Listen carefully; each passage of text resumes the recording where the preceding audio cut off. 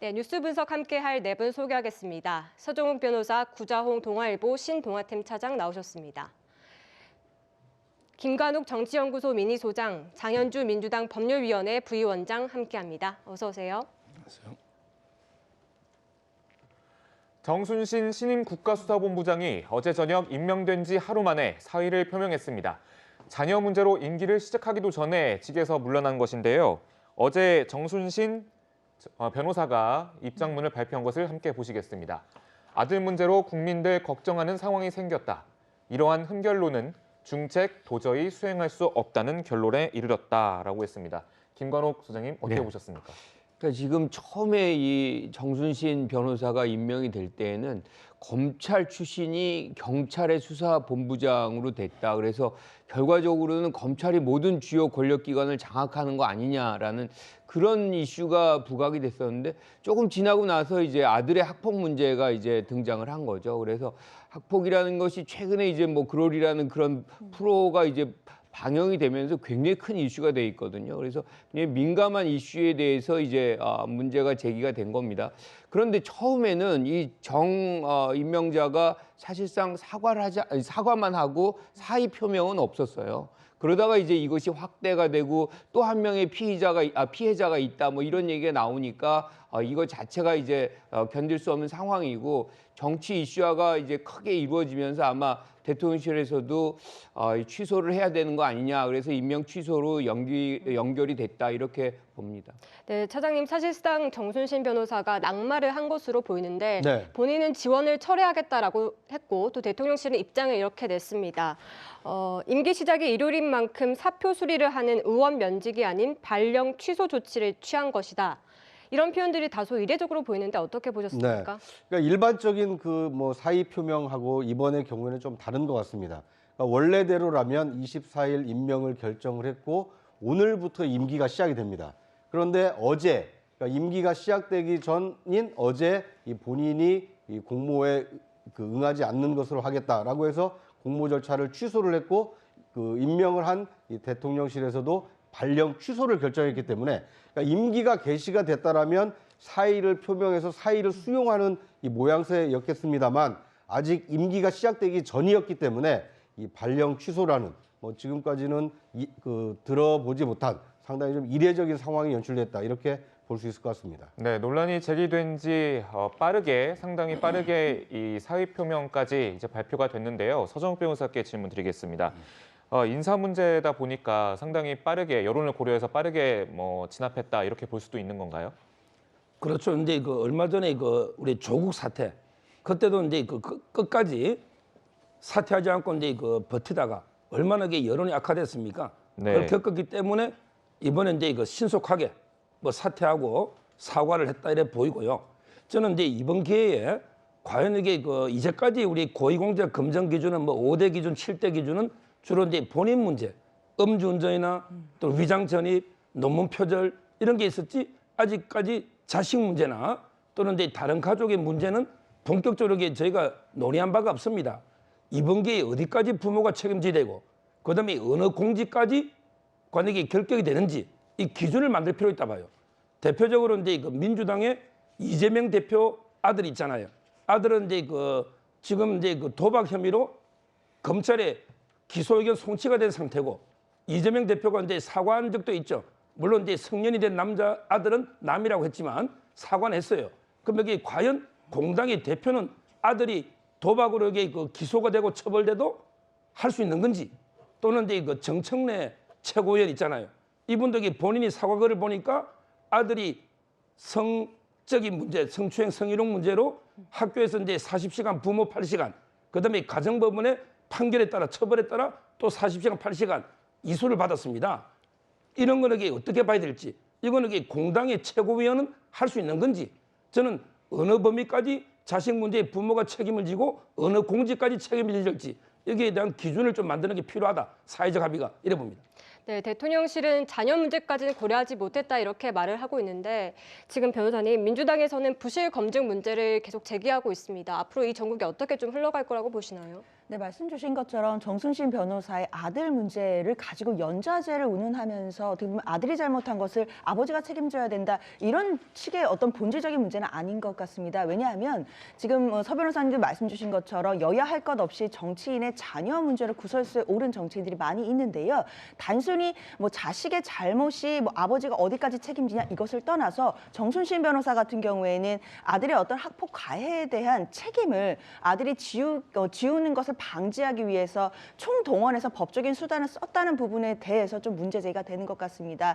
마찬가지로 징계가 나왔을 때 재심 청구를 끝까지 하는 부분이라든지, 그래서 아들이 이제 대학 입시와 관련해서 이 부분이 징계를 받았던 부분이 뭔가 좀 대학 입시에서 잘못 적용될까 봐 혹시라도 재판을 계속 끌어간 것이 아닌지 이제 이런 의혹들이 있었기 때문인 것으로 보이는데요. 물론 지금은 사퇴를 해서 임명 취소가 된 단계이지만 결론적으로 봤을 때는 이게 2018년도에도 이미 이 학폭 관련된 것이 보도가 됐던 사실이 있습니다. 네. 그렇다고 한다면 국가수사본부장이라는 고위공직자를 임명하는 과정, 그리고 인사 검증을 하는 시스템 자체가 제대로 돌아가고 있었느냐에 대해서 문제 삼지 않을 수 없습니다. 대통령이 임명하는 직이기 때문에 경찰에서 추천한 후에 인사검증을 법무부에서 거쳤는지, 그리고 대통령실의 공직기관 비서관에서 어느 정도로 인사검증을 했는지에 대해서 명명백백히 좀 밝혀야 될 것 같고요.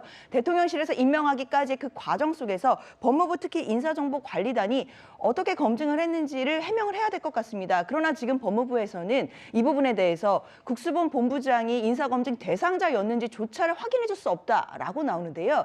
사실 작년에 그 한동훈 법무부 장관의 법무부에서 인사검증관리단이라는 그 업무를 떠안게 될 때 법무부에서 밝혔던 내용은 음지에서 하고 있었던 인사검증에 대한 것을 양지로 끌어올리는 의미가 있다라고 했습니다.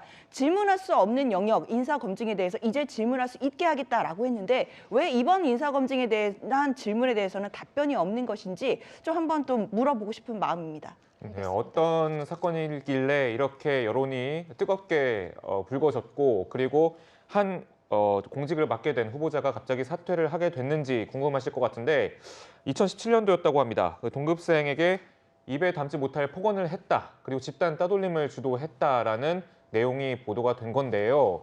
뭐 이제 보시는 것처럼 입에 담기도 힘든 그런 폭언을 했다고 합니다. 구정우 차장님, 네.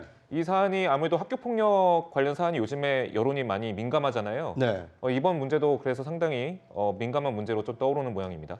그러니까 이제 이 정순신 이제 뭐 사퇴했으니까 국수본부장이라고 보기는 어렵습니다만, 정순신 그 변호사의 아들이 이제 한 유명한 그 사립 고등학교에 재학을 하고 있을 당시에 이 동급생에게 그 이제 해서는 안 될 폭언, 그리고 이 집단 따돌림을 주도했다, 이제 이런 그 혐의로 학교폭력위원회에 회부가 된 겁니다. 그러니까 일반적으로 학폭위가 소집이 되면 학교 관계자, 그 다음에 학생, 학부모, 그 다음에 이제 경찰도 요즘은 입회를 합니다. 그래서 공정하게 이제 판정을 내리게 되는데, 거기에서 학폭위에서 이 그 정 변호사의 아들의 행위가 좀 문제가 있다, 그래서 정학 처분을 이제 결정을 하게 된 겁니다.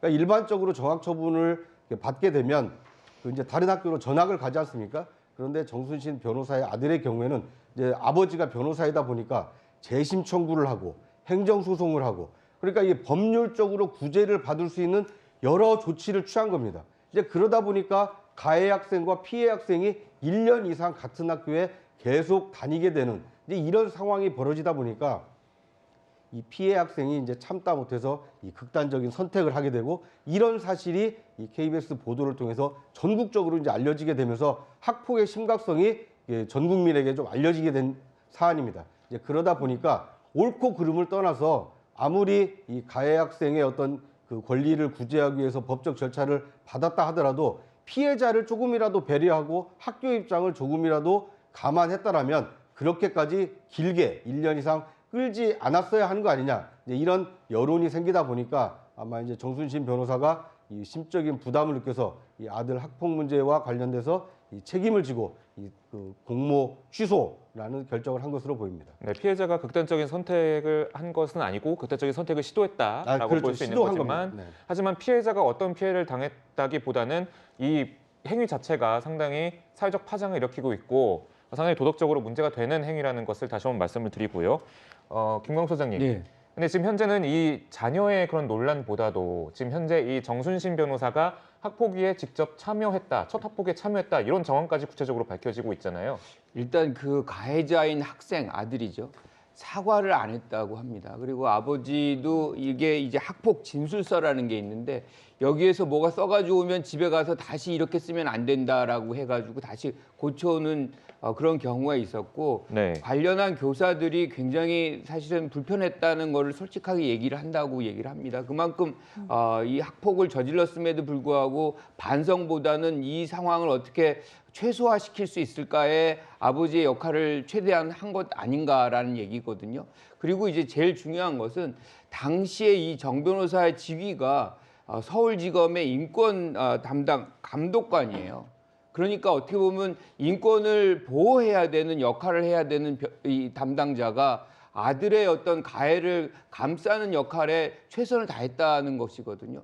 아까 뭐 서정욱 변호사 말씀하시기에 뭐 예컨대 이제 야당 지도자들, 야당 대표들의 얘기를 아들들의 얘기를 했는데 이게 선출직하고 임명직은 다릅니다. 그러니까 선출직은 그 검증의 주체가 사실 선출하는 유권자들이에요. 당원이나 국민들인 것이고 여긴 대통령이 임명하는 것이기 때문에 당연히 지금 그 검증의 역할을 자임하고 있는 법무부 인사검증단에서 해야 되는 것인데 이거 5년 전에 나온 얘기인데 이거를 다 대서특별된 거거든요.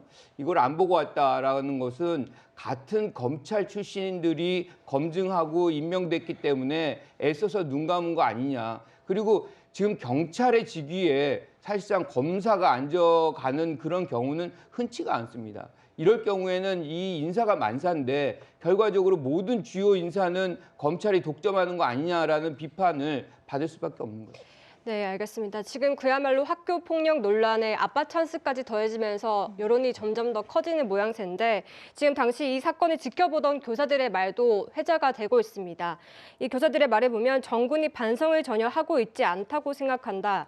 정군 부모님께서 책임을 인정하는 것을 두려워한다라고까지 말을 했는데 이러고 나서 또 아들 정군이 서울대, 명문대에 진학을 했다고 합니다.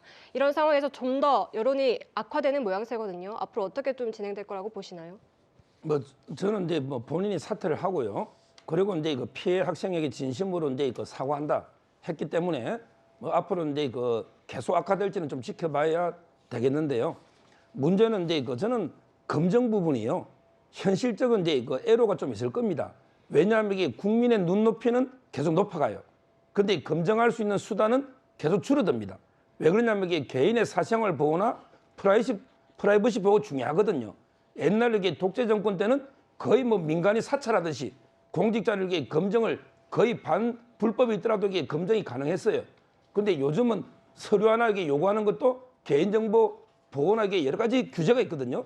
예를 들어 이제 그 고위공직자 임명할 때 그 자녀들의 학교 생활 기록부를 제출하라 이렇게 요구할 수가 현행법은 없잖아요. 본인 게 아니기 때문에 이런 식으로 이게 수단은 계속 줄어드는데 또 국민의 눈높이는 계속 높아가고 있단 말이에요. 이런 게 모순을 해결하기 위해서는 저는 이번 기회에 관역의 검증의 수단을 어디까지 허용할 건지 그다음에 어디까지 검증할 건지 이런 게 합의를 기준을 만들어야 된다. 이번 한 번으로 끝날 수는 없는 거 아닙니까? 앞으로 고위공직자가 그리고 이게 너무 또 엄격하게 갔을 때는 누가 이게 또 실력 있는 사람이 지원하겠습니까? 이런 여러 가지 현실들을 고려해서 저는 앞으로 이게 5년, 4년 동안 계속 인사를 하지 않겠습니까? 이번 걸 이게 교훈 삼아서 앞으로 이게 좀 합의를 도출해야 된다 이렇게 봅니다. 네,